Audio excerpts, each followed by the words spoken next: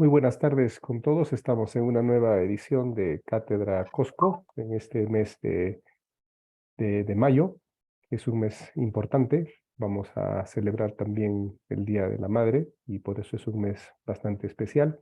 Y en esta oportunidad tenemos a un expositor, cusqueño él, Héctor Hugo Quispe Guamán, quien nos va a hablar del tema que ustedes pueden ver ahí en pantalla, que es la introducción a la prestación de los servicios de electricidad en el Perú.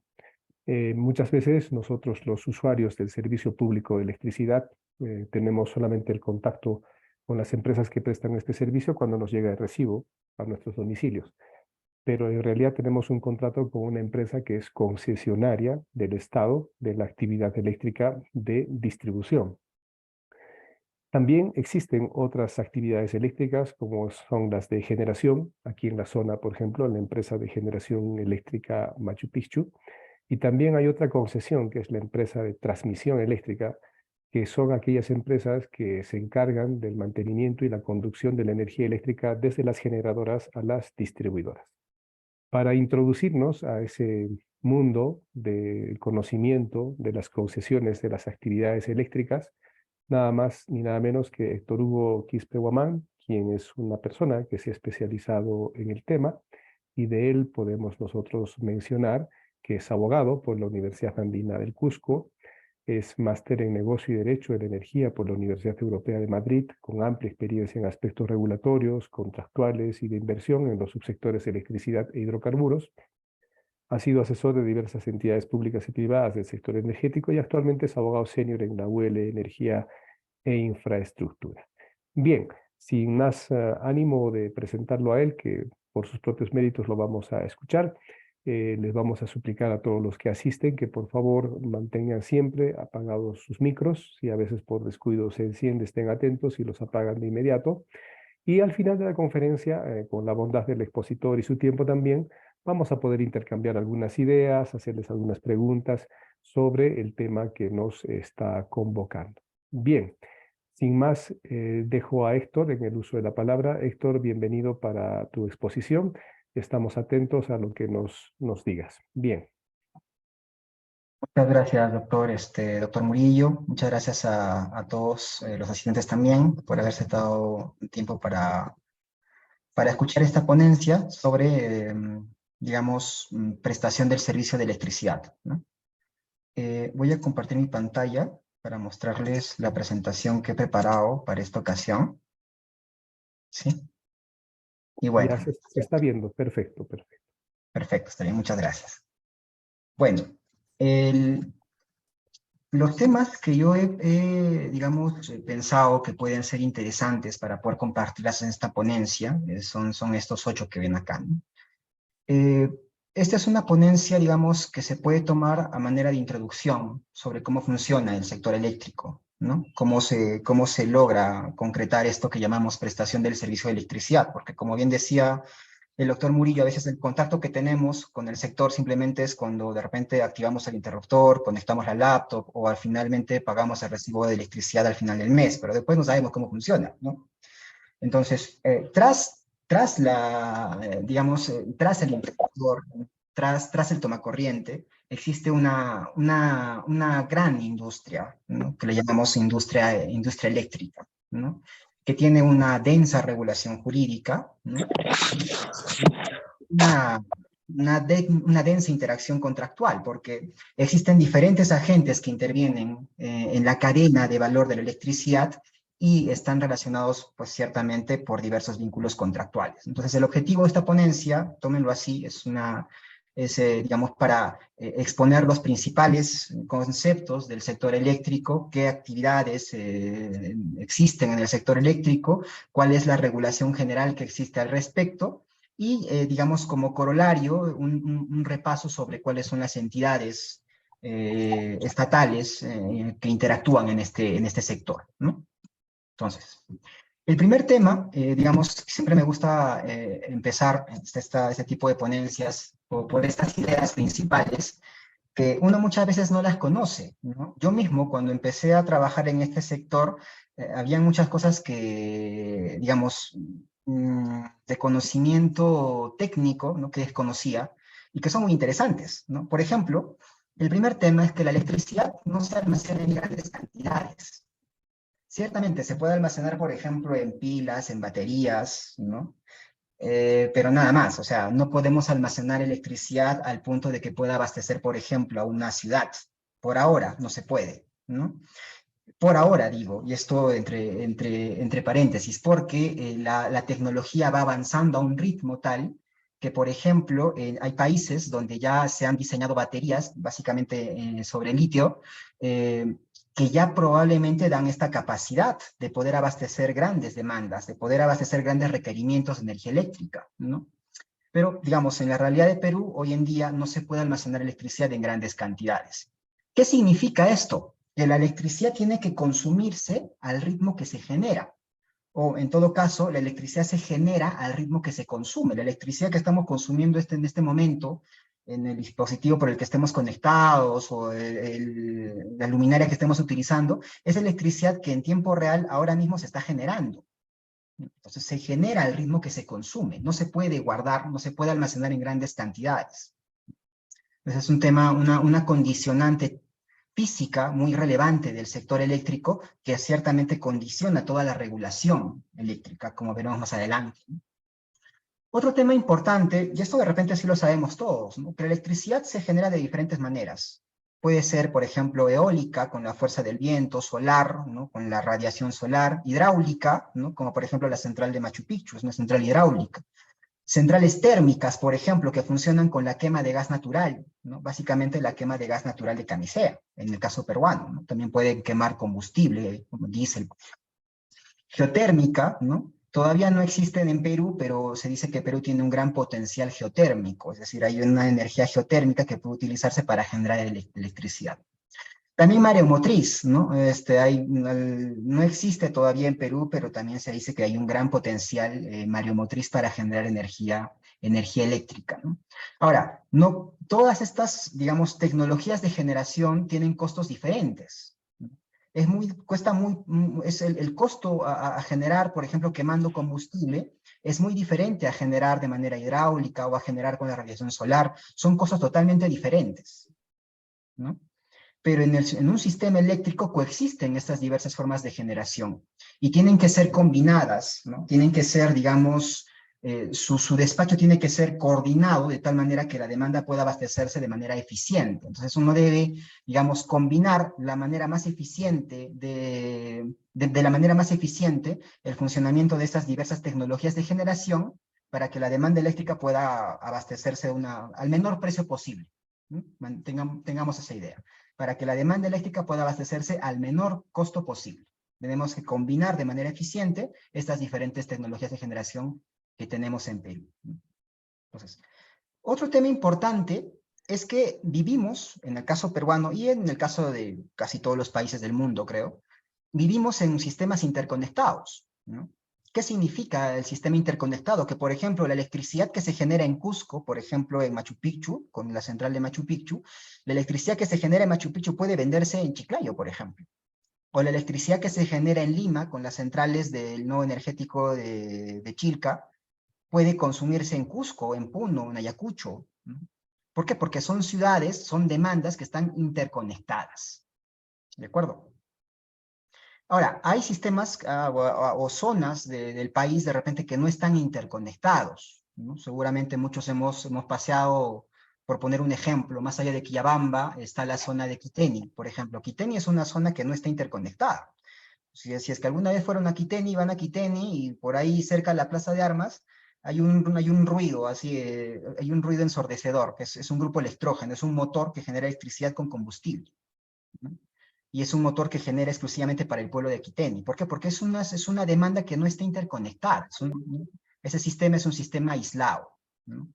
La demanda eléctrica aislada más importante o más grande del país es la de Iquitos, ¿de acuerdo? Iquitos es un sistema que no está interconectado, ¿ok? Ahora, otro aspecto relevante también es que en los sistemas interconectados, o sea, los sistemas, las demandas que sí están interconectadas, ¿no?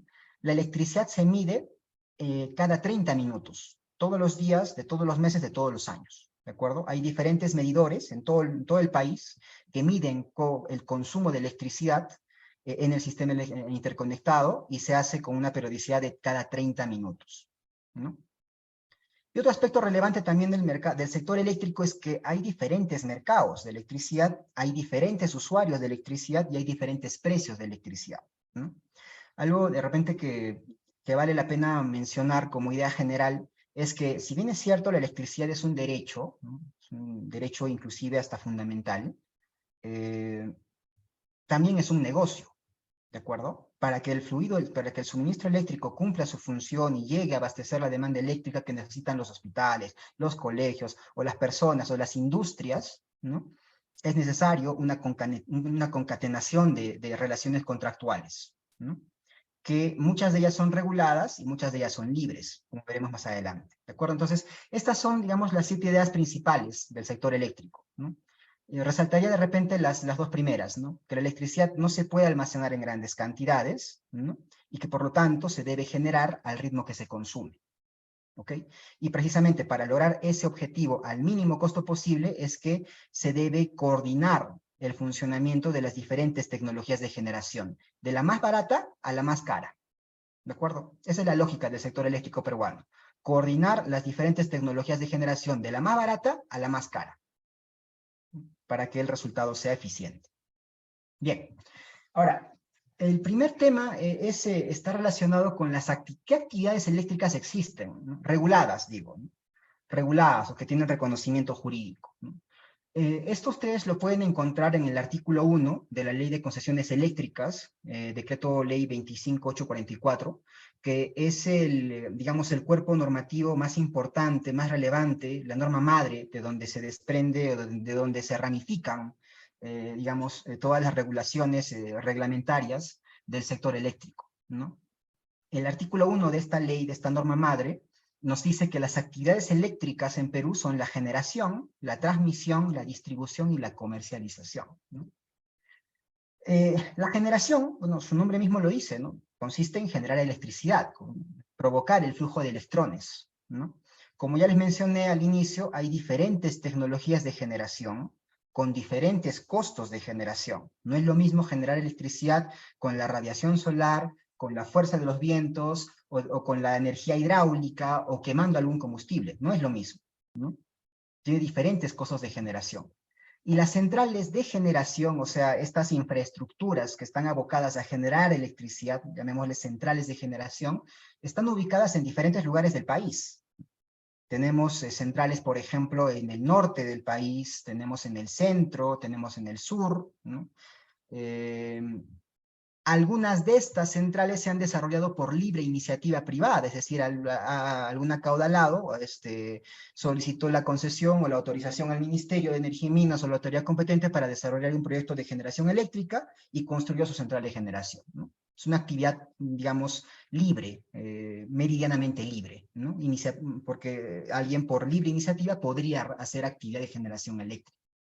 Pero existen otros proyectos de generación que fueron planificados por el Estado, ¿no? El Estado observó de repente la necesidad nacional de contar con una central no sé, térmica en el sur del país o en el centro del país, entonces diseña un proyecto, organiza una licitación y suscribe finalmente un contrato de inversión con el adjudicatario para que éste construya, opere, mantenga esta central, ¿no?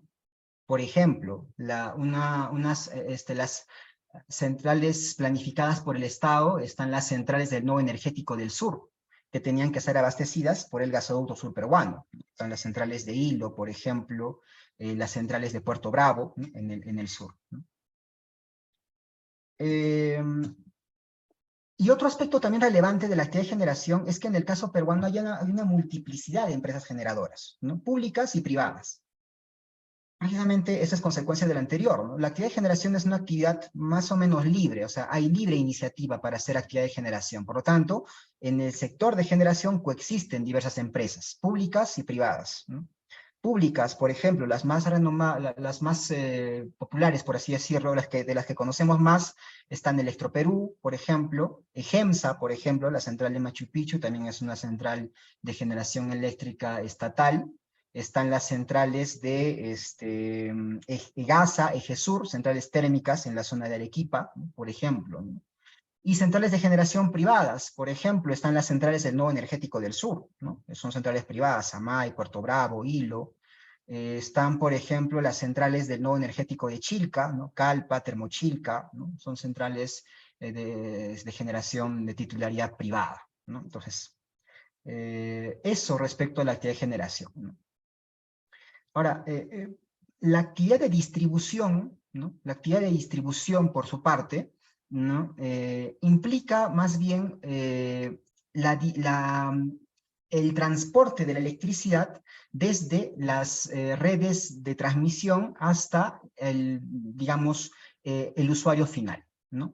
Me salteo esta parte de la transmisión porque lo voy a hablar después, ¿no? Quisiera comenzar por la distribución. Entonces, la distribución consiste precisamente en llevar electricidad desde donde termina la red de transportista o la red de transmisión hasta el usuario. Creo que hay un audio, sí. Con estas líneas, estos cables que vemos en las calles, que se llaman redes de distribución, ¿no? Que todos vemos de repente fuera de la casa, todos tenemos esta imagen, ¿no? Entonces, estas son las redes de distribución. La labor del distribuidor consiste en llevar electricidad desde el punto de transporte, desde la red de transmisión, hasta el usuario, ¿no? Entonces, hay una multiplicidad de empresas de distribución en todo el país, ¿no? Algunas son públicas y otras son privadas. En su mayoría son públicas, ¿no?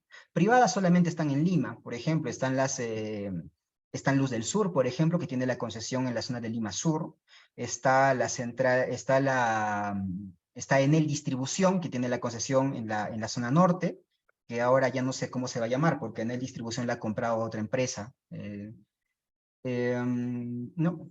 Y en Cusco, por ejemplo, tenemos Electrosureste, ¿no? Que es una empresa de distribución, pero del Estado, ¿no? Igual, por ejemplo, en Ayacucho tenemos Electrocentro, ¿no? En el norte tenemos, por ejemplo, a Electronorte, a Hidrandina. En la zona de Ucayali, Amazonas, Iquitos, Loreto, tenemos a Electrooriente. En la zona de Arequipa, por ejemplo, tenemos a Electrosur, ¿no? Entonces, hay diferentes empresas de distribución a lo largo del país, ¿no? Y estas empresas de distribución tienen un monopolio legal dentro de su zona de concesión, porque el distribuidor es un concesionario. Es un concesionario que puede hacer actividad de distribución dentro de una zona geográfica, un área geográfica a la que se le llama zona de concesión.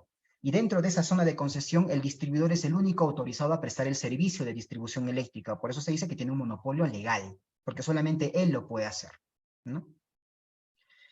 Y además, el distribuidor, o sea, para el distribuidor hay un régimen remunerativo general. Como él es el único que puede prestar el servicio en su zona, el Estado regula cuánto es que el distribuidor puede cobrar por la prestación de ese servicio, ¿no? El Estado calcula la tarifa o establece la tarifa que el distribuidor puede cobrar por ese servicio, ¿no? A esta tarifa se le llama valor agregado de distribución. ¿Okay? Por su parte, la transmisión. ¿Qué es la transmisión? La transmisión es, digamos, llevar la electricidad o transportar la electricidad desde los centros de generación hasta los centros de consumo, hasta las redes de distribución. Entonces, eso es la transmisión, ¿no? Seguramente cuando han viajado por diferentes lugares del país, habrán identificado estas torres de alta tensión que se les llama, ¿no? Son precisamente líneas de transmisión, ¿no? Son líneas de transmisión. Ahora, las líneas de transmisión son como las carreteras, ¿ya? Estoy seguro que están de repente familiarizados con los términos de carretera nacional, carretera, digamos, departamental, regional, ¿no? Lo mismo es la línea de transmisión. Hay diferentes tipologías. Hay líneas de transmisión que son transversales, o sistema principal de transmisión. Y hay líneas de transmisión, hay infraestructura de transmisión, que son más como que regionales, locales, que se llaman sistemas secundarios de transmisión y sistemas complementarios de transmisión. ¿Okay? Entonces hay una tipología para las redes de transmisión. Ahora, también hay una multiplicidad de empresas, ¿no? Públicas y privadas que prestan el servicio de transmisión eléctrica, ¿no? Públicas, por ejemplo, Electroperú tiene redes de transmisión eléctrica. Todas las empresas distribuidoras tienen líneas de transmisión eléctrica. Electrosureste tiene líneas de transmisión eléctrica, ¿no? Privadas, por ejemplo, la más importante es Red Eléctrica del Perú, que es la concesionaria que tiene el mayor número de kilómetros, de repente, líneas de transmisión. También está Red Eléctrica Andina, ¿no? Entonces hay una multiplicidad de empresas prestadoras del servicio de transmisión públicas y privadas, ¿no? Y a diferencia de la distribución, donde hay un régimen remunerativo general, donde el Estado fija una tarifa única que se llama valor agregado de distribución, en el caso de la transmisión hay diferentes regímenes remunerativos, ¿ya? Se le llama peaje de transmisión. ¿ok? Así como cuando uno va por la carretera, una carretera concesionaria, antes de entrar a la carretera tiene que pagar un peaje, ¿no? Por usar la carretera. Lo mismo en la línea de transmisión. Para usar la línea de transmisión, los usuarios, todos los usuarios, pagamos un peaje, ¿ya? Y hay diferentes tipos de peaje dependiendo del tipo de instalación de transmisión del que se trate, ¿ok? Y la cuarta actividad reconocida por el sector, por el marco jurídico, por la ley de concesiones eléctricas, es la de comercialización. La comercialización, entendámoslo como la operación de compra y venta o de suministro de energía eléctrica. Hasta acá estamos hablando de generación, o sea, generar flujo de electrones, transportar la electricidad desde los centros de generación a los centros de consumo y distribuir electricidad, que es transportar electricidad o llevar electricidad desde la red de transporte hasta el usuario, ¿no? Pero también existe una actividad de comercialización, porque alguien tiene que comprar y vender la electricidad, sino cómo la consumimos. Entonces, ¿quiénes pueden realizar esta operación de venta de electricidad? ¿Quiénes pueden vender electricidad? Venden electricidad los generadores, ¿ok? Los generadores, y también venden electricidad los distribuidores. ¿Ok? Esta idea es muy importante porque la vamos a repetir durante toda la ponencia. ¿Quiénes venden electricidad? Los generadores y también los distribuidores. Ellos pueden vender electricidad, ¿ya? Y pueden vender en un entorno de precio regulado o en un entorno de precios libres, ¿ok? También esta segunda idea tengámosla en cuenta. ¿Quiénes venden? Generadores y distribuidores. Y pueden vender en un entorno de precios libres o de precios regulados, ¿ok? Llamemos precio regulado, llamémosle tarifas fijadas por el Estado, ¿ok? Entonces, estas son, digamos, las 4 actividades con reconocimiento jurídico en el sector eléctrico. Bien. Ahora, ¿qué título habilitante yo tengo que, digamos, tramitar o obtener para poder prestar alguna de estas actividades, ¿no? Para el caso de la comercialización no hay, digamos, un título habilitante específico, ¿no? Lo que sí, para comercializar, ¿qué tienes que ser? ¿Tienes que ser generador o tienes que ser distribuidor? Nada más, ¿no?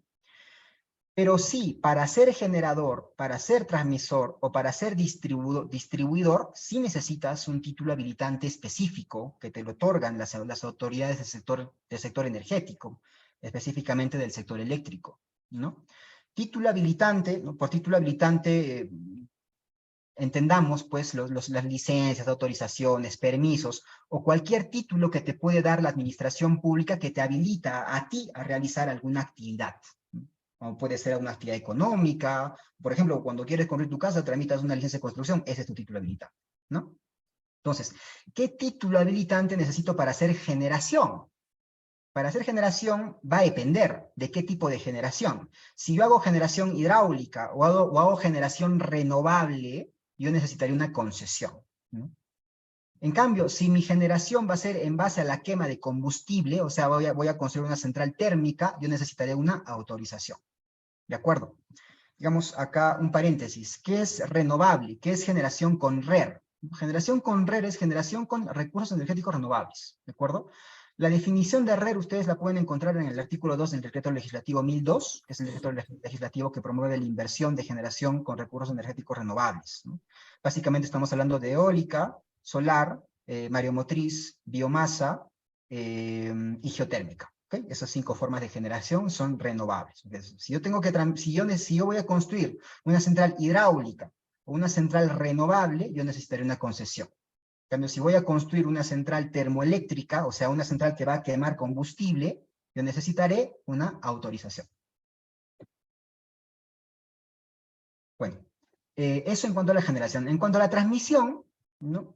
Así como en la distribución, mi título habilitante siempre va a ser una concesión. O sea, si yo quiero construir mi línea de transmisión y prestar servicio de transmisión de electricidad, yo previamente requeriré una concesión. Una concesión. Y si yo quiero prestar servicio de distribución en una zona que me parece interesante y quiero por ahí tener redes de distribución, yo necesitaré también una concesión. ¿Ok? ¿Quién otorga las concesiones y las autorizaciones? Las otorga el MINEM o el gobierno regional. ¿De acuerdo? Por ejemplo, el gobierno regional de Cusco, a través de su Dirección Regional de Energía y Minas, puede otorgar concesiones y autorizaciones. ¿Cuándo lo puede hacer? Revisemos la resolución ministerial 330-2020 MINEM/DM. ¿De acuerdo? En esta resolución ministerial están las competencias que han sido transferidas de parte del gobierno nacional a los gobiernos regionales en materia de concesiones y autorizaciones del sector eléctrico. Ahora, las actividades que no requieren de concesión o de autorización, por ejemplo, vamos a poner un ejemplo. Para generación hidráulica con potencia instalada mayor a 500 kilovatios, yo necesito una concesión. Pero si mi potencia instalada es menor a 500 kilovatios, no necesito concesión. Lo puedo hacer de manera libre, ¿ok?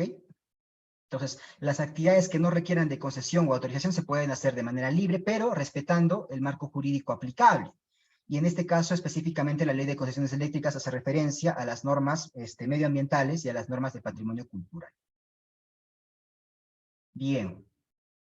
¿Cómo es el procedimiento de concesión? No voy a explicar todo el procedimiento al detalle, simplemente quiero darles la idea general, ¿no?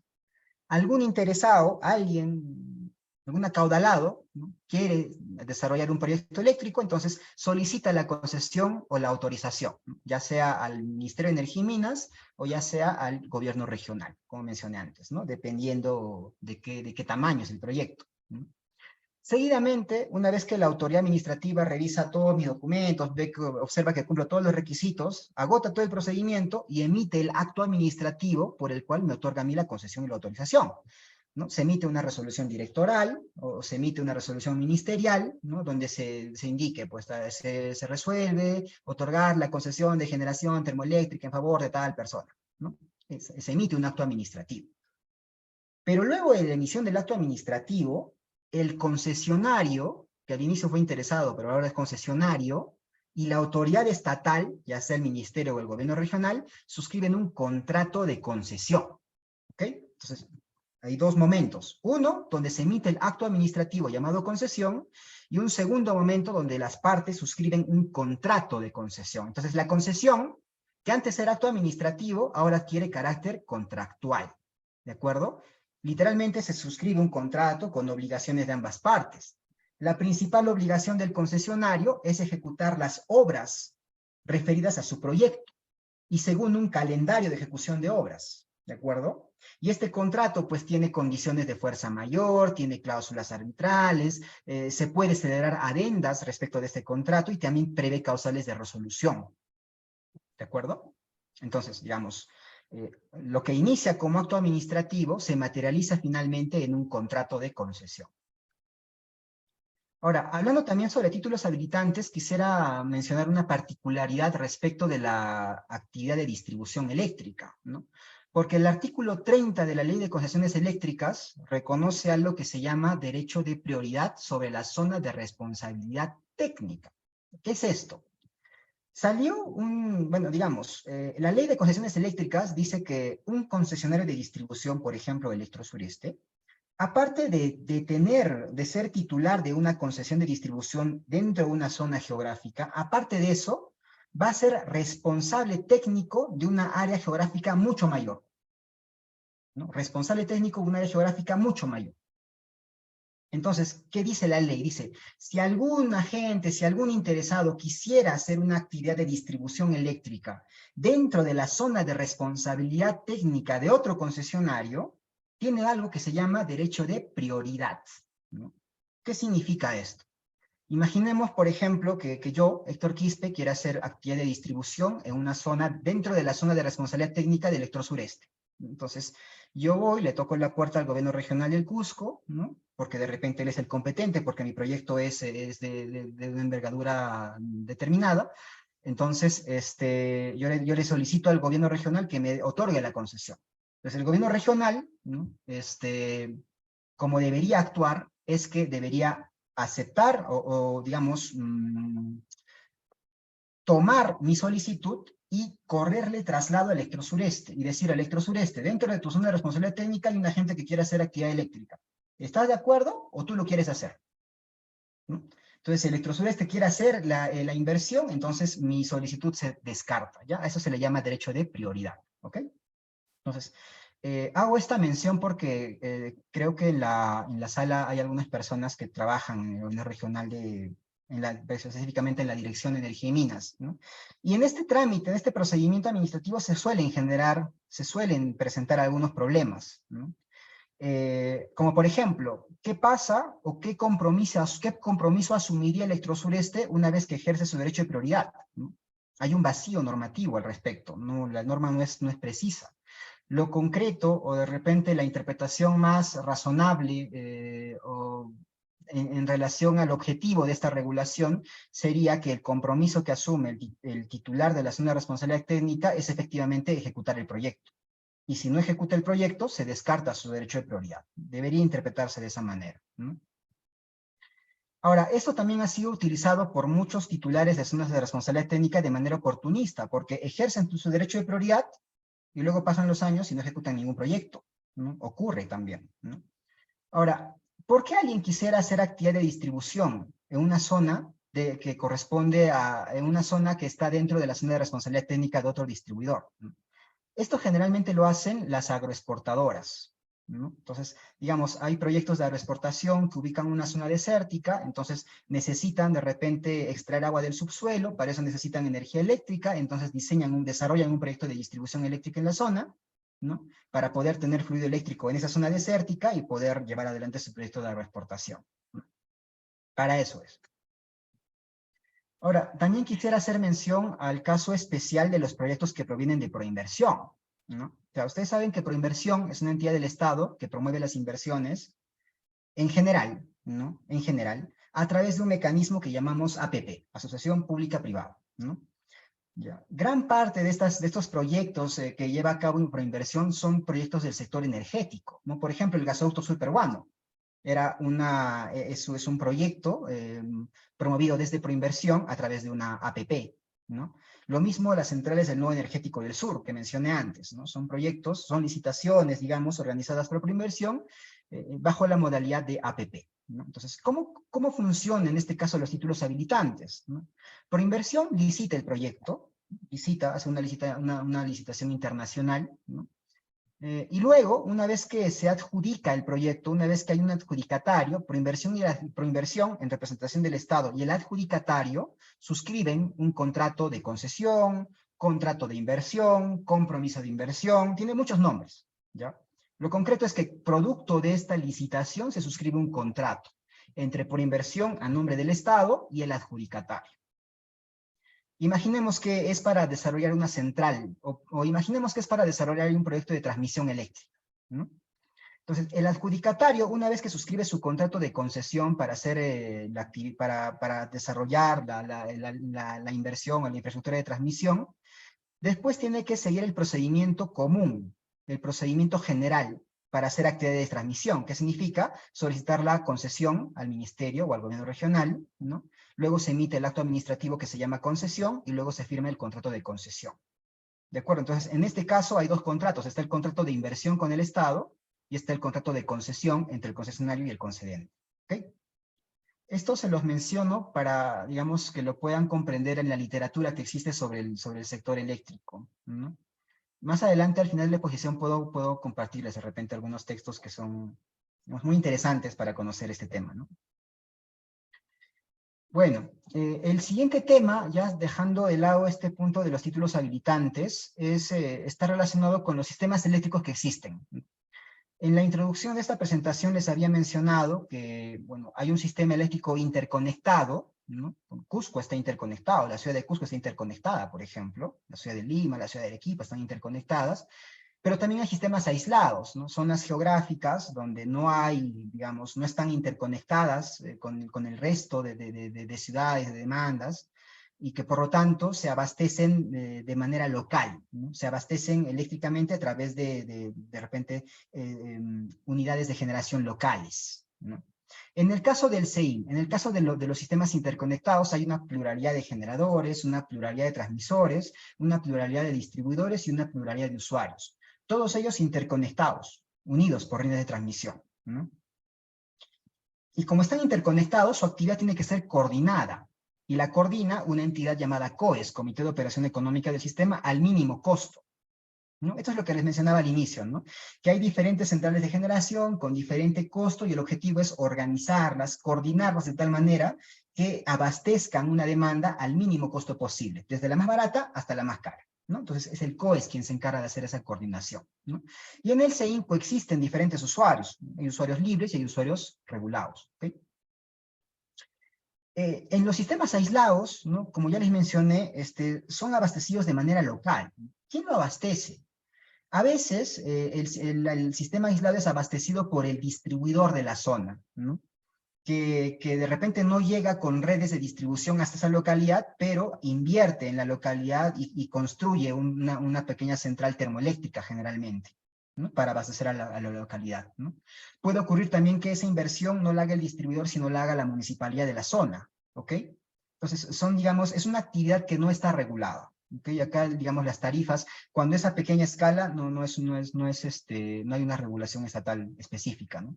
Yo conozco de casos, por ejemplo, generalmente en la Amazonía peruana, donde la municipalidad distrital de la zona hace una pequeña inversión, compra motores, grupos electrógenos, para generar electricidad de manera horaria, de repente 2 horas al día, 3 horas al día, ¿no? Y cobra una tarifa, digamos, simbólica, ¿no? Determinada unilateralmente por la municipalidad. ¿No? Y en los sistemas aislados no hay usuarios, libres, todos son regulados. Más adelante voy a regresar sobre estos usuarios libres y regulados. Ahora, digamos, para hacer un poco más dinámico esto, voy a mostrarles el mapa del Sistema Eléctrico Interconectado Nacional, ¿ya? Este mapa lo pueden descargar ustedes desde la página del Comité de Operación Económica del Sistema, ¿no? Todas las líneas, todos los puntitos y las líneas que existen son interconectadas, son áreas interconectadas, ¿ok? Por ejemplo, aquí está Cusco, ¿no? Las zonas que están interconectadas. Vemos también las diferentes centrales de generación. Por ejemplo, en el nodo energético del sur están las centrales de Puerto Bravo, las centrales de Hilo, ¿no? Hilo 1, Hilo 2, Hilo 3, Hilo 4, que en teoría deberían ser abastecidas con el gas natural de Camisea, ¿no? Y es que el proyecto del gasoducto superperuano preveía la construcción de un gasoducto que iba desde Cusco, ¿no? hasta la zona de Hilo, Moquegua, ¿no? Precisamente ¿para qué? Para abastecer de suministro de gas natural a las centrales térmicas que se tenían que instalar en esta zona del país, ¿no? Y que de hecho se instalaron. Hoy en día esas centrales existen, claro. No operan en base a gas natural porque el gasoducto superperuano se ha frustrado, pero sí operan en base a diésel, queman diésel, ¿no? Y como ven en este mapa, hay zonas pues, que no están interconectadas, ¿no? Por ejemplo, en la zona de Madre de Dios solamente estamos interconectadas con agua. Agua de todo, no conectadas. Es una cantidad de demandas, seguramente capacidades, fuerzas pequeños, ¿no? Pero no están interconectados. Entonces son zonas, sistemas eléctricos no interconectados o aislados, ¿no? Y el más grande, como la sección del sistema eléctrico de Iquitos, está interconectado. En 10 años, de repente un poco más, existía el proyecto de la línea de transmisión Moyobamba-Iquitos, ¿no? Había un proyecto de construir una línea de transmisión desde Moyobamba hasta Iquitos, para interconectar esta zona de demanda. De hecho, es un proyecto que se licitó a través de Proinversión, fue una APP que inclusive fue adjudicada, me parece que fue adjudicada a REP, ¿no? Pero lo que ocurrió en este caso fue que el proyecto no pudo alcanzar la licencia ambiental, ¿no? Y es que todos los proyectos, no solo los eléctricos, todos los proyectos de inversión, para poder ejecutarse necesitan la certificación ambiental, ¿no? Y en este caso, es algo que no se pudo obtener, ya no tener la certificación ambiental, no se pudo ejecutar y el contrato fue resuelto. Bueno, esto es simplemente como la composición del sistema eléctrico interconectado y de los sistemas aislados. Vamos a la diapositiva. Bueno, entonces ya hemos hablado de las actividades eléctricas, generación, transmisión, distribución y comercialización. Hemos hablado de los sistemas eléctricos, el sistema eléctrico interconectado y el aislado. Ahora vamos a hablar de los usuarios. ¿Qué usuarios existen? Hay usuarios regulados y hay usuarios libres. ¿Qué es un usuario regulado? Un usuario regulado es un usuario que paga la tarifa regulada. Un usuario libre, lógicamente, es un usuario que no paga la tarifa regulada, paga un precio libremente acordado. ¿Ya? Pero ¿de qué estamos hablando cuando hablamos de estos tipos de usuarios? Hablamos de electricidad, solamente del flujo de electricidad, nada más. No hablamos de transmisión, no hablamos de distribución, solamente hablamos de flujo de electricidad. ¿Ya? ¿Por qué hago esta mención? Porque la transmisión y la distribución son siempre regulados. El Estado fija la tarifa que el usuario tiene que pagar por la transmisión, siempre. ya seas un usuario pequeño, seas una gran industria, siempre tienes que pagar la tarifa regulada por el Estado para la transmisión. Lo mismo ocurre para la distribución, ¿no? Ya seas un usuario pequeño o un gran usuario, tienes que pagar la tarifa de distribución que aprueba el Estado, ¿no? Pero respecto del flujo de la electricidad concretamente, respecto de eso, ¿ya? Tú sí puedes pactar el precio cuando tienes la condición de usuario libre. Y cuando tienes la condición de usuario regulado, tienes que pagar el precio que fija el Estado, la tarifa que fija el Estado. ¿Ok? Eso es, digamos, lo más importante. A ver, usuarios libres. El usuario libre, por ejemplo, pensemos en una mina, Las Bambas, por ejemplo. La mina Las Bambas es un usuario libre de electricidad. Casi todas las minas, Cerro Verde, no sé, Antapacay, todas las minas son usuarios libres de electricidad, ¿no? Las grandes industrias también, por ejemplo, Aceros Arequipa es un usuario libre de electricidad. Acá también la planta de Cachimayo, ¿no? Es un usuario libre de electricidad, ¿no? La Universidad Andina del Cusco es un usuario libre de electricidad. Me parece que la UNSAC también debe ser un usuario libre de electricidad. La cervecería que está en el Cusco acá también es un usuario libre de electricidad, ¿no? Entonces ya más o menos nos hacemos una idea. Un usuario libre de electricidad es un usuario que demanda una gran cantidad de energía eléctrica. En cambio, un usuario regulado, pensemos en todos nosotros. Todos nosotros somos usuarios regulados, ¿no? Es más, todos estamos en una escala, seguramente todos estamos en la escala de BT5, BT5A, BT5B, ¿no? Pero todos nosotros somos usuarios regulados. Nosotros no hemos ido no le hemos tocado la puerta al Electrosureste para negociar los precios de la electricidad, ¿no? Nosotros simplemente pagamos la factura que viene al final del mes. Y es que pagamos la factura o la tarifa fijada por el Estado. Por eso somos usuarios regulados, ¿no? Un usuario libre puede elegir a su suministrador. Pensemos, por ejemplo, en Las Bambas. Puede elegir a su suministrador, al que le ofrezca el menor precio, ya sea un distribuidor o ya sea un generador. Las Bambas le puede comprar a Electrosureste, o le puede comprar a EGEMSA, o le puede comprar a Luz del Sur en Lima, o le puede comprar a Electrocentro, o le puede comprar a Termochilca, una central de generación del nodo energético de Chilca, ¿no? Él va a elegir al suministrador que le ofrezca el menor precio. En caso de usuario regulado, nosotros, ¿a quién le podemos comprar? Solamente le podemos comprar a Electrosureste, en nuestro caso. ¿Por qué? Porque él es el concesionario de la zona, ¿no? Y es que como usuario regulado, no puedes elegir a tu suministrador, solamente puedes comprarle al concesionario de tu localidad. ¿De acuerdo?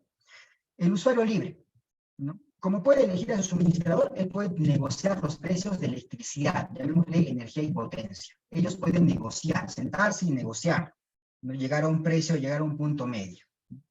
Los usuarios regulados, como ya les mencioné, no negocian precios, simplemente pagan la tarifa que aprueba el Estado y que refleja, que se refleja en la factura que pagamos al final del mes. La norma jurídica dice lo siguiente, que los usuarios regulados son aquellos cuya demanda anual por cada punto de suministro es igual o menor a 200 kilovatios. Si la demanda anual por cada punto de suministro es mayor a 22 kilovatios, son libres, siempre. Y los que estén en el margen intermedio pueden elegir si son regulados o son libres. ¿Ok? Entonces, digamos, ese también es un concepto fundamental, ¿no? Ya sabemos que todos nosotros somos usuarios regulados. Y las grandes industrias probablemente son usuarios libres. Nosotros pagamos la tarifa que aprueba el Estado. Y las grandes industrias pagan el precio que ellos libremente acuerdan con su suministrador, ¿no?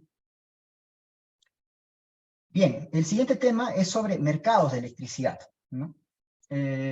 Digamos, este es un tema un poco más denso. Yo solamente voy a desarrollar el tema de mercado de contratos. El mercado de corto plazo, digamos, lo podemos dejar de repente para otra sesión, si es que les podría interesar el tema. Pero concretamente para hablar de prestación del servicio de electricidad, quisiera abocarme solamente al tema del mercado de contratos, ¿no? Y ciertamente un mercado de contratos es un escenario, un ambiente, ¿no? Donde los agentes interactúan, ¿no?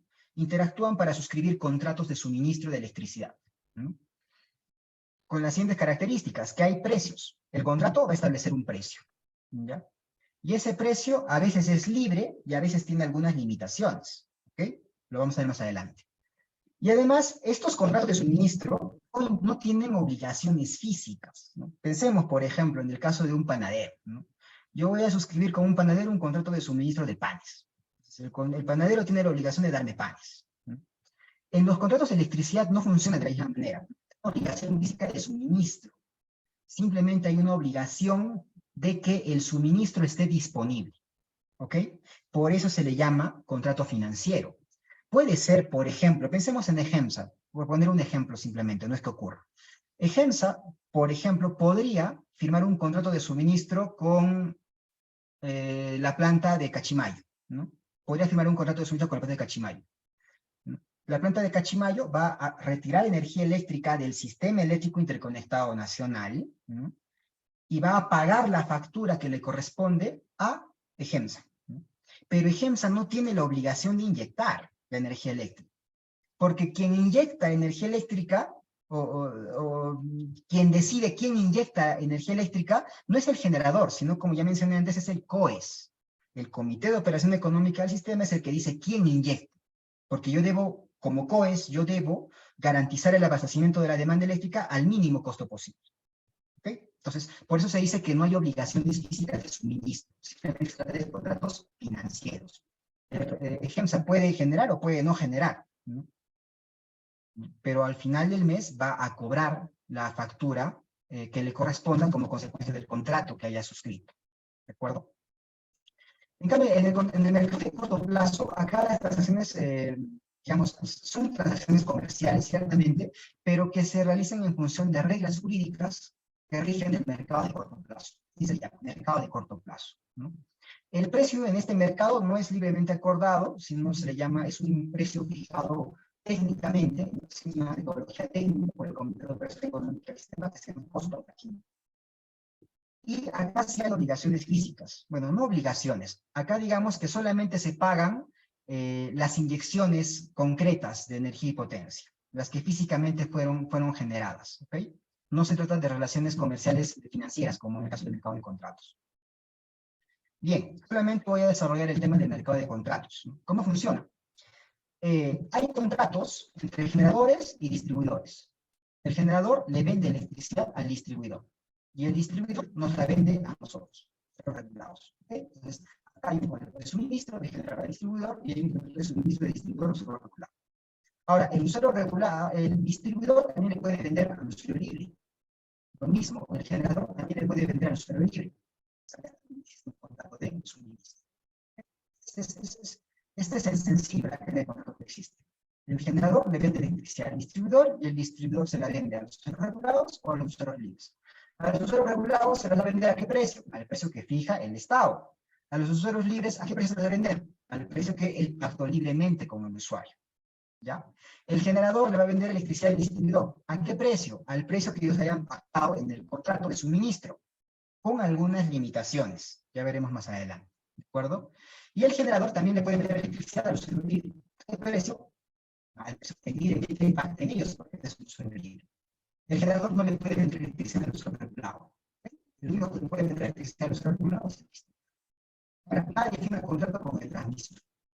Con el transmisor no hay obligaciones contractuales. El transmisor tiene una obligación contractual con el Estado para prestar servicio de transmisión. Y el Estado garantiza al transmisor que de alguna manera va a recibir la remuneración que le corresponde en su contrato. ¿Ok? Ya. Pensemos en este contrato de generador a distribuidor. Es el único que vamos a desarrollar con más detalle. Generador a distribuidor. ¿Cómo hace? El distribuidor, digamos, para abastecer la demanda eléctrica de la ciudad del Cusco, ¿no? Tiene que relacionarse o suscribir un contrato con algún generador, porque el distribuidor por sí mismo no genera, él simplemente es propietario de las redes de distribución que vemos en la calle, ¿no? Entonces, el distribuidor, para firmar ese contrato, tiene dos modalidades. Puede organizar una licitación o puede firmar contratos bilaterales. Una licitación, como su nombre mismo lo dice, el distribuidor organiza un concurso, ¿no? Donde diferentes generadores se presentan y suscriben el contrato con el generador que ofrezca el mejor precio. ¿Ya? El mejor precio. ¿Okay? Ahora, digamos, como dato adicional, en las licitaciones, el Estado, a través de un SINERMIN, fija un precio tope para la licitación. ¿De acuerdo? Las ofertas que superen ese precio tope son descartadas. ¿Ok? En cambio, en los contratos bilaterales, el distribuidor no organiza ningún concurso. Él simplemente le compra electricidad al generador que mejor le parece. ¿No? Que mejor le parece. Y con ese señor firma un contrato bilateral, un contrato de suministro que le llaman contrato bilateral. Esa es la tipificación, el tipo jurídico que se le ha asignado, contrato bilateral. Con la particularidad de que en estos contratos existe un precio tope. Claro, porque el precio pues, no puede ser infinito, no puede ser un precio millonario, ¿no? Porque al final ese precio lo pagamos los usuarios, ¿no? Entonces el Estado ha dicho, mira, si tú quieres hacer un contrato bilateral, está bien, pero tú vas a tener un precio tope, que se llama precio market. En algunos casos el Estado fija el precio tope de ese contrato de suministro. ¿Okay? Y en cualquier escenario, es el distribuidor, y esto es muy importante que lo tengan en cuenta, es el distribuidor quien representa los intereses del usuario en la negociación. ¿Ok? ¿Por qué? Porque al final, quien paga la factura eléctrica no es el distribuidor, es el usuario, nosotros. Entonces, es el distribuidor quien en estas negociaciones, en estos contratos, tiene que buscar el precio más eficiente, porque él representa el interés de los usuarios. ¿De acuerdo? Entonces, una vez que, digamos, no sé, pues se suscriben todos los contratos de suministro que se necesita a nivel nacional, lo que hace Ocinermin es promediar todos los precios de todos los contratos. Y a ese promedio le llama PNG, precio a nivel generación. Y este PNG, precio a nivel generación, es lo que nosotros pagamos en la tarifa eléctrica por generación eléctrica. ¿Ok? Entonces, el distribuidor compra electricidad y al hacerlo tiene que hacerlo a un precio eficiente, porque él representa los intereses de los usuarios. ¿Ok?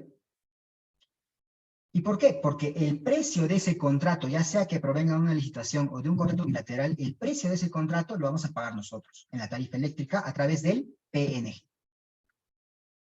Y acá he tratado de esquematizar la cadena de pagos, ¿no? ¿Cómo funciona? Nosotros simplemente pagamos la tarifa eléctrica a Electrosoleste en este caso y después nos olvidamos. ¿Qué pasa, no?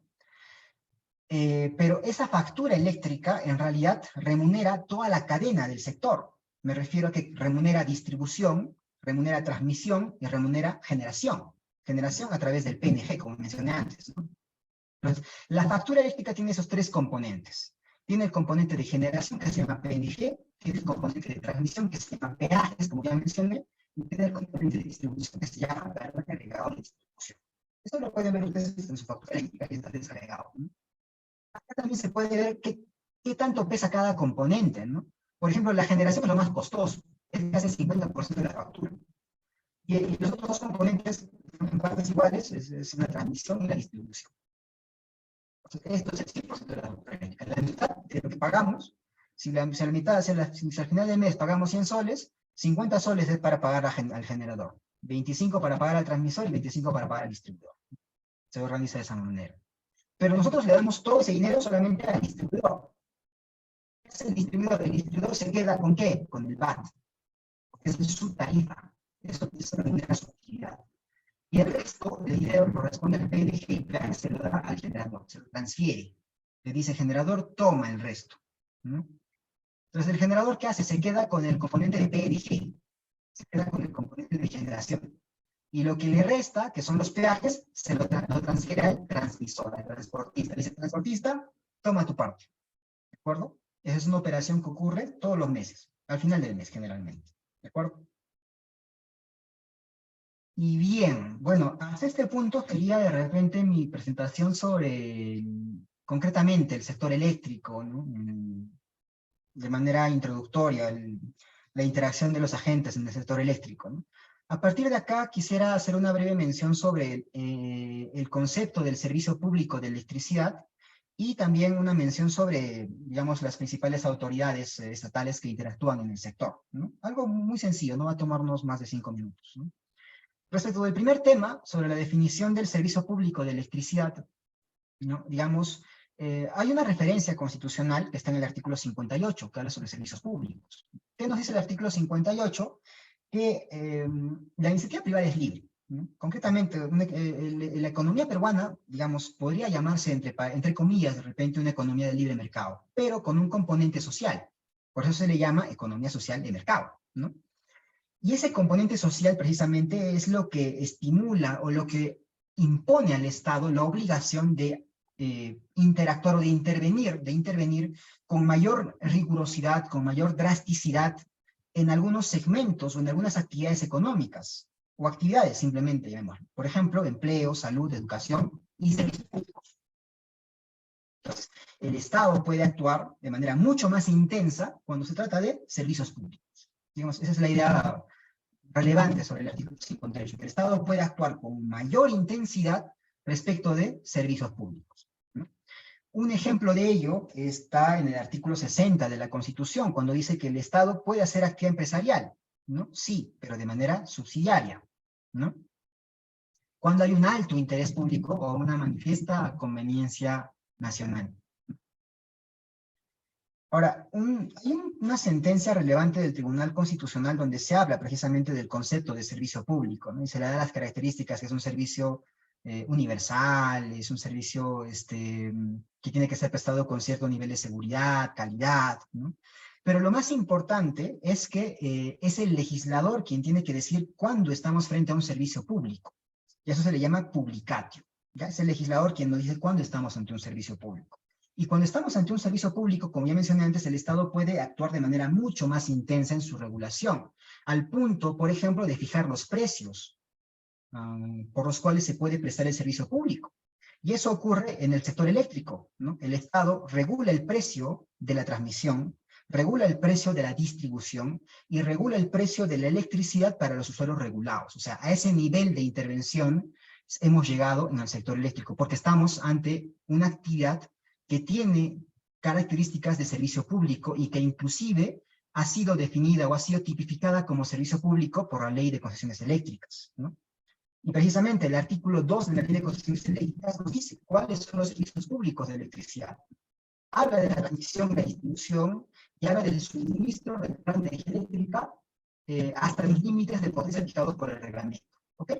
El primer literal se refiere a los usuarios regulados, ¿okay? Porque a eso se refiere el artículo del reglamento de la Ley de Concesiones Eléctricas. Entonces, la nota característica acá es que cuando estamos ante un servicio público, ¿no? Ya sea suministro de electricidad a usuarios regulados o transmisión y distribución, el Estado aprueba las tarifas que la empresa prestadora del servicio puede cobrar. Cuando estamos ante un servicio público de electricidad, el Estado es quien aprueba la tarifa que la empresa prestadora puede cobrar. ¿A través de quién? A través de OSINERMI, como veremos más adelante.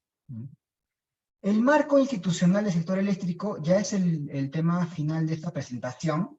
He seleccionado solamente a estas 6 entidades que interactúan en el sector eléctrico, ¿no? Primero está el Ministerio de Energía y Minas, que es el órgano que primero diseña la política energética, nos dice dónde queremos estar dentro de los 20 años, energéticamente hablando. Entonces, para lograr ese objetivo, desarrolla una política energética nacional, ¿no?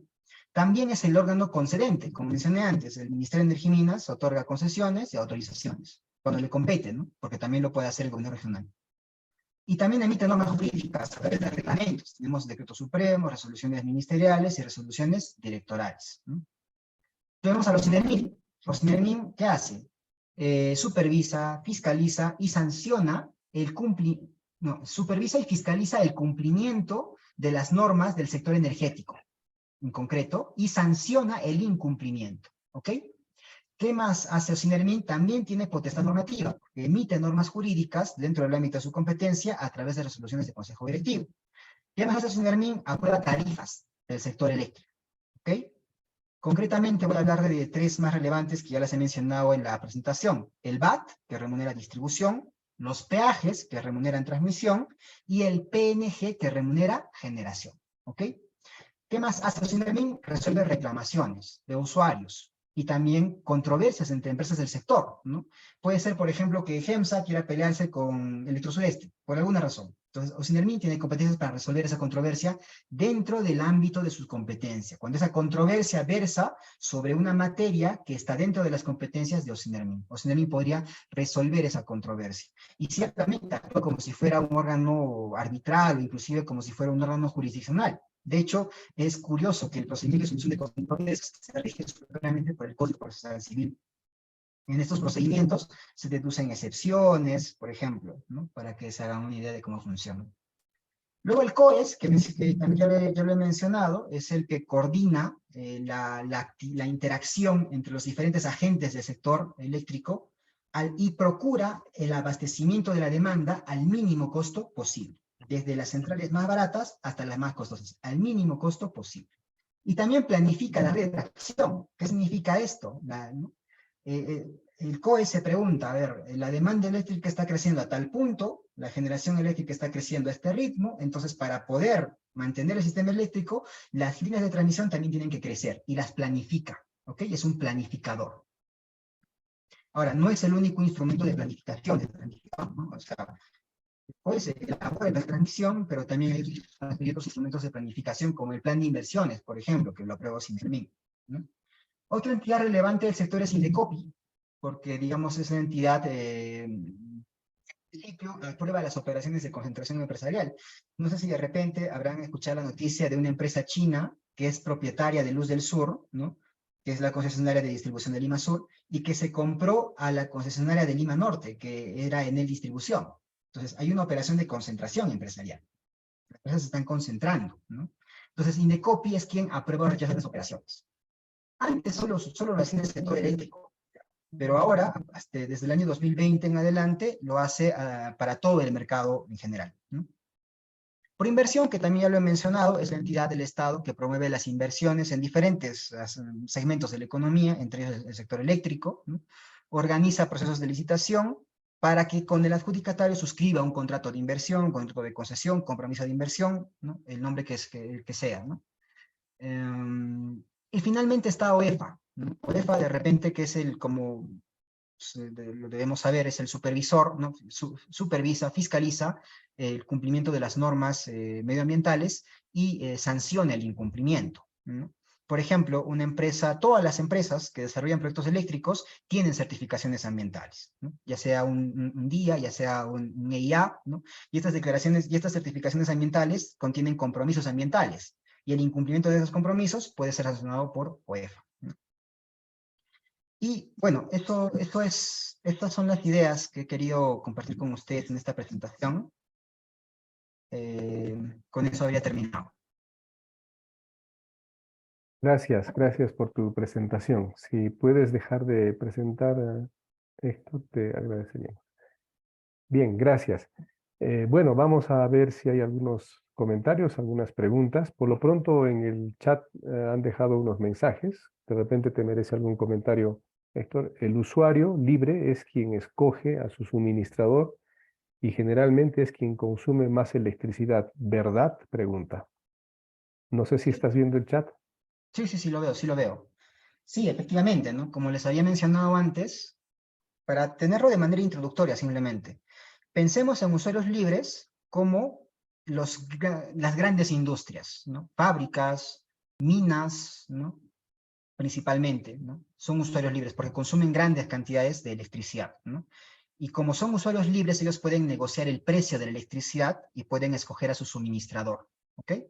Por eso son libres, a diferencia de los regulados, ¿no? Los regulados no negociamos precios, pagamos el precio que aprueba el Estado, ya les mencioné que se llama PNG, precio a nivel generación, y además no elegimos al suministrador, solamente le podemos comprar a la empresa concesionaria de distribución, que tiene la concesión de distribución en nuestra localidad, ¿no? En el caso mío, que vivo en Cusco, es Electrosureste. Para las personas que viven en Lima, por ejemplo, si están en Lima Norte, será Enel Distribución; si viven en Lima Sur, será Luz del Sur, ¿no? Si viven en Arequipa, será Electrosur; si viven no sé, en Ayacucho, será Electrocentro, y así, ¿no? Bien, hay otra pregunta.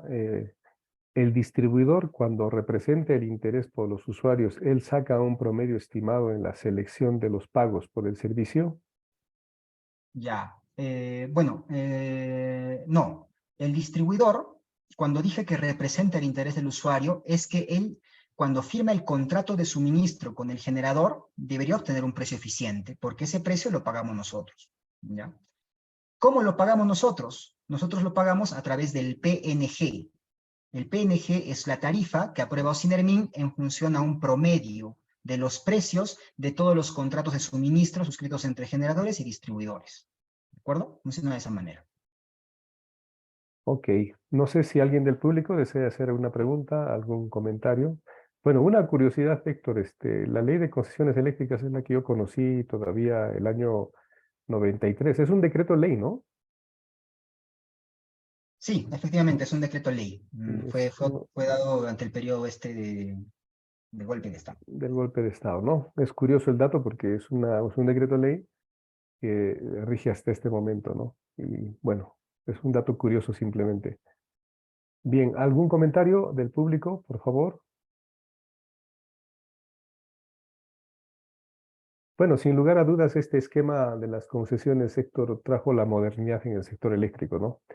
Porque antes las empresas eléctricas, como era el gran pulpo de Electro Perú, que aglutinaba a todas, ¿no? A lo sumo tenía unas zonas. Cusco siempre fue sureste, ¿no? Suroriente, ¿no? O sea, tenía esas divisiones. Y cuando se dio la división en las actividades que tú muy bien has escrito, despega un poco el sector eléctrico, las inversiones también vienen hacia el sector eléctrico. Siempre hay alguna resistencia en privatizar generadoras. Yo particularmente no sería amigo de privatizar generadoras. De hecho, en Arequipa hubo bastante protesta cuando alguien anunció la privatización de EGASA, me parece que es en Arequipa, ¿no? Y bueno, no sé, pero se va siempre privatizando estas actividades. Hay inversionistas también que vienen y tienen su propia concesión. Bien, tenemos a Ana Santamaría que desea preguntar. Anita, te escuchamos. Gracias, doctor. ¿Me escucha? Sí, sí, se te escuchamos fuerte y claro. Gracias al doctor Quispe por su exposición. Quisiera preguntarle o pedirle su opinión respecto de la proliferación de procesos de amparo por la falta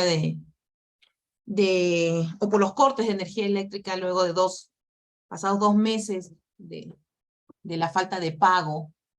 Han proliferado muchos procesos de amparo en donde aduciendo, bueno, que son, por un lado, a veces personas de la tercera edad, o aduciendo que son, que hay familias con niños en etapa escolar, en fin, y que, bueno, a veces incluso por conflictos con la propiedad, ha habido falta de pago, entonces se está acudiendo a los procesos de amparo para solicitar la reconexión del servicio, aduciendo, como usted señaló, que bueno, se trata pues de un derecho humano, ¿no? El servicio público de electricidad. Y también su comentario respecto de la norma que se dio en pandemia, un decreto de urgencia en donde se impedía a las distribuidoras cortar el servicio de energía eléctrica, lo cual en algunos casos infló las deudas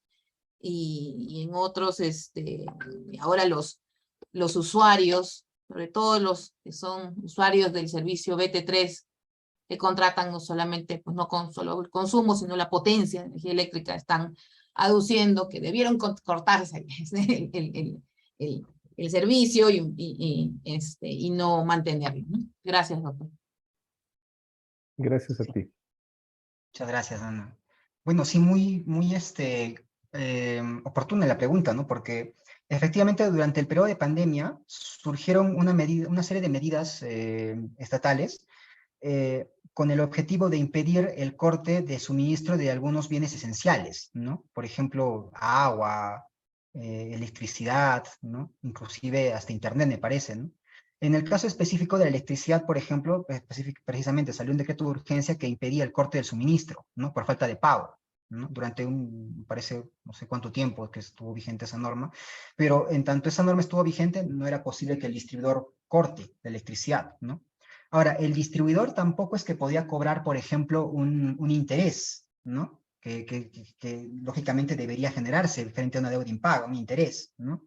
Porque, y tampoco es que el distribuidor perdía plata, porque finalmente ese interés se lo abonaba el Estado, ¿ok? Entonces, por una parte, el distribuidor no cortaba el suministro eléctrico, pero tampoco es que perdía dinero porque el interés se lo abonaba el Estado, ¿no? En tanto estuviera vigente este decreto de urgencia, ¿no?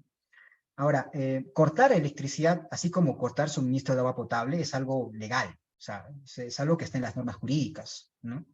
Y como le mencioné antes, ciertamente, el contar con suministro de agua potable, contar suministro de electricidad, son derechos fundamentales, eh, pero son derechos fundamentales, digamos, no son ilimitados, ¿no? Porque como les mencioné, detrás de la actividad eléctrica o detrás simplemente de activar el tomacorriente o el interruptor, detrás de eso hay una maraña de relaciones contractuales.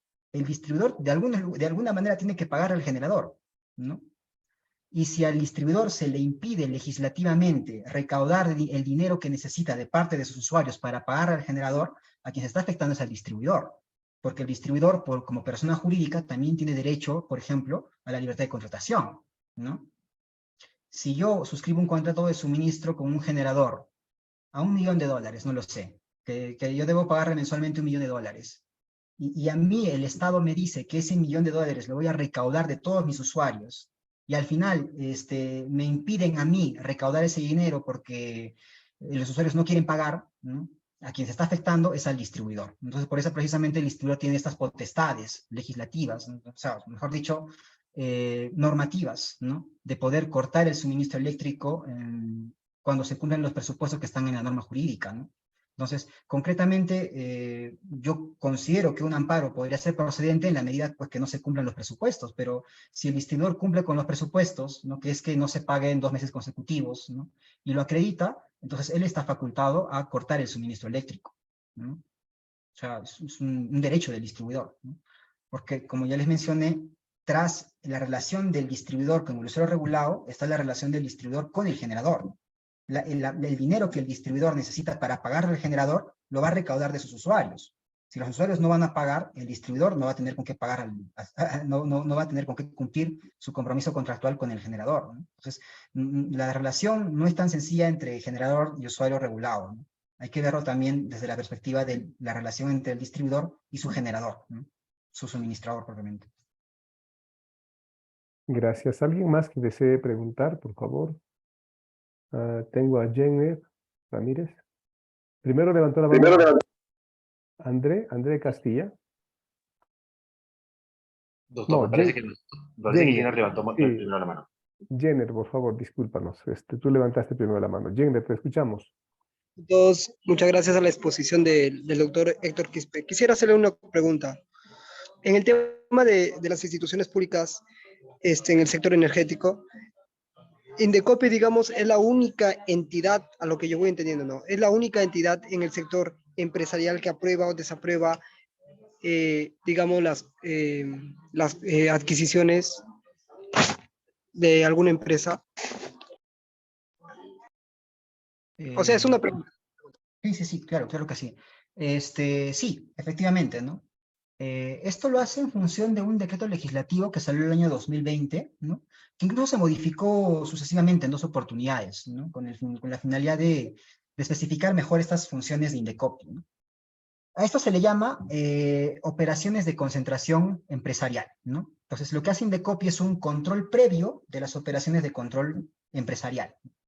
Por ejemplo, el análisis que hace Indecopi es qué impacto tendría en la economía que 2 empresas que tienen un determinado dominio del mercado se junten, se fusionen bajo diferentes modalidades, adquisición de acciones, fusión de empresas, por ejemplo, ¿no? ¿Qué efectos en la economía tendría?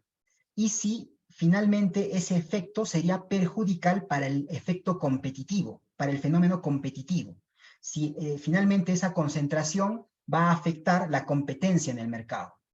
Y si esa afectación digamos, va a impedir la entrada de nuevos competidores al mercado, ¿no? Ese es el análisis que hace a grandes rasgos Indecopi, ¿no? Ahora, es un análisis altamente complejísimo. Por ejemplo, pues les pongo algunos ejemplos simplemente. En el sector digamos, del mercado de valores, ¿no? Hay algo que se llama operaciones públicas de adquisiciones, ¿no? OPAs, ofertas públicas de adquisiciones, las OPAs, ¿no? Las OPAs son precisamente operaciones por las cuales agentes que interactúan en estos mercados adquieren de manera, digamos, importante acciones de otra empresa, ¿no? Y esto funciona en mercados bursátiles, o sea, no funciona generalmente en un país, o sea, son principalmente mercados bursátiles, ¿no? Entonces, una adquisición de una empresa francesa respecto a una empresa española, por ejemplo, podría tener una repercusión en Perú, ¿no? Puede ser que porque una empresa francesa se compró una empresa española, finalmente eso podría tener algún tipo de relevancia en Perú. Y es precisamente ese tipo de operaciones de las que Indecopi también puede verificar o puede, digamos, analizar, finalmente aprobar o desaprobar a través de este procedimiento de control previo de concentraciones empresariales. Al inicio, desde el año 1993, digamos, solamente se hacía en el sector eléctrico, ¿ya? Solamente se hacía en el sector eléctrico, ¿no? Porque la ley de concesiones eléctricas así lo establecía, y además que salió por ahí la ley antimonopolio y antioligopolio, ya está derogada, pero que facultaba a Indecopi a hacer operaciones de control previo de concentraciones empresariales en el sector eléctrico. Pero a partir del 2020 en adelante ya lo hace en toda la economía, en farmacia, en educación, en infraestructura, en todo, ya no solamente en el sector eléctrico. Pero sí, solamente lo hace Indecopi, no hay otra entidad. Gracias. André. Gracias, doctor. Buenas noches. ¿Qué tal, Héctor? ¿Cómo estás? No sé si me escuchas bien. Siempre es grato saludarte. Sí, Andrés, te escucho bien. Gracias. Bien, Héctor, me queda una pequeña duda. Yo tengo entendido de que cuando uno genera electricidad tiene que suministrarla obligatoriamente a la red y luego se entendería que recomprarla si quisiera utilizar la que ha generado uno mismo. Pero en la diapositiva mencionaba o se ponía de que era superior a un cierto límite. De ser así, o de haber entendido bien, significa que si no supero cierto límite de generación, puedo autoconsumir la electricidad que yo produzca. Mi segunda pregunta sería si es que esto ya se está extendiendo al tema de los paneles solares, si yo podría generar electricidad con paneles solares y autoconsumirla, o ya tendría que subirlo a la red y luego recomprarla. Como eso sería mi pregunta. Gracias. Gracias, André. Sí.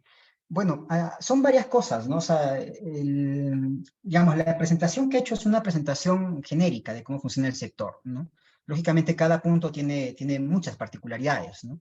Una de ellas es el tema de la comercialización a la que tú te refieres, ¿no? Por ejemplo, si yo soy una mina, ¿no? No vamos a poner un nombre, una mina X, ¿no? Y yo no quiero depender del sistema eléctrico interconectado, no, no quiero. O finalmente me parece que el precio del sistema eléctrico interconectado es muy alto. Entonces, de repente a mí me conviene de repente tener una central de generación propia. Entonces yo dentro de mi terreno construyo una central de generación que va a abastecerme solamente a mí, ¿no? Y lo puedo hacer, no hay ningún límite de potencia, nada, lo puedo hacer, ¿no? Claro, diferente es que yo esa central la interconecte al CEIN, ¿no? Es decir, no solamente la voy a conectar a mi mina, sino también la voy a interconectar con una línea al CEIN, ¿no? Al Sistema Eléctrico Interconectado Nacional. Ahí es diferente, porque primero necesito un permiso del COES, ¿no? Y en segundo lugar, una vez que yo interconecte mi central de generación al CEIN, yo ya no voy a usar esa central solamente para mi mina. Esa es una central que va a vender electricidad al sistema eléctrico interconectado en general, ¿no? Eso por una parte, ¿ya? Ahora, el segundo punto de tu pregunta tiene que ver con el autoconsumo, ¿no? Claro, hoy en día no está regulado el autoconsumo en general, ¿no? Hay un proyecto de reglamento precisamente para regular el hecho de que cada persona pueda poner su panel solar y digamos, ¿no? Hay un proyecto de reglamento al respecto, pero hoy en día es una actividad totalmente libre. Tú puedes poner tu panel solar y generar electricidad para ti y de esa manera disminuir de repente tu demanda eléctrica en tu casa, ¿no? Podrías hacerlo, ¿no? No hay ningún impedimento hoy en día. Lo que sí, hay un proyecto de reglamento que te dice más o menos lo siguiente. Te dice, tú puedes autoabastecerte, ¿ya? Ahora, si tú tienes excedentes, ese excedente lo podrías vender, ¿ok? Tú puedes tener tus paneles, puedes llenar, por ejemplo, tu azotea de paneles, ¿ya? Que van a abastecer a tu edificio y que si tienes excedentes lo puedes vender, ¿ya? Falta precisar a qué precio lo vas a vender. Falta precisar a quién se lo vas a vender, ¿ya? Pero más o menos son las cosas las ideas que se están ventilando, ¿no? Hoy en día no hay regulación, tú pones tu panel, lo usas como quieras y ya está.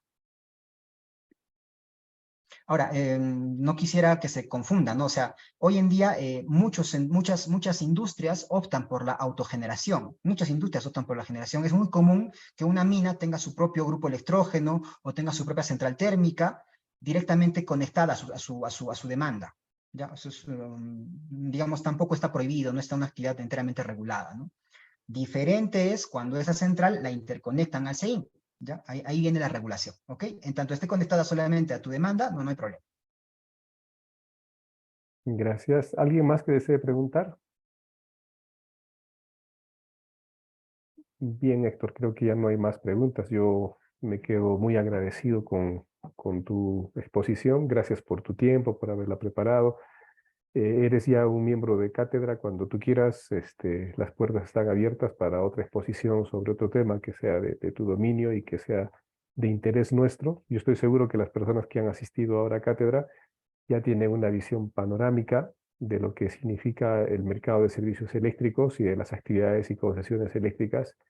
Y cuando reciban este mes su recibo, ya van a saber cómo más o menos funciona todo este sistema. Que la energía que están consumiendo puede ser que Electrosureste la haya comprado de una generadora que no sea necesariamente Machu Picchu, y ese también es el sistema interconectado. Creo que hemos aprendido mucho. Héctor, te agradezco. Ha sido una muy linda exposición, muy gráfica, muy ágil, y a nombre de Cátedra, te quedamos muy agradecidos por tu tiempo. Te dejo para que te despidas de nuestro público. Muchas gracias, doctor. Muchas gracias también a todos los asistentes, gracias al equipo de cátedra por hacer realidad este conversatorio. Y nada, simplemente agradecerles la oportunidad y también si en el futuro de repente desean conversar sobre otros temas, también podemos compartirlo, ¿no? No solamente de repente electricidad, de repente podemos hablar algún día sobre gas natural, gasoducto superguano, gas para el Cusco, ¿no? Muchos temas, digamos, en boga respecto del tema del sector energético tan dinámico, ¿no? Gracias, Héctor, gracias. Te tomamos la palabra y estaremos conversando en el futuro para unos futuros encuentros. Muchísimas gracias y nos vamos despidiendo. Nos vamos despidiendo. Muchas gracias. Gracias, buenas noches. Gracias, Héctor. Gracias. Chao.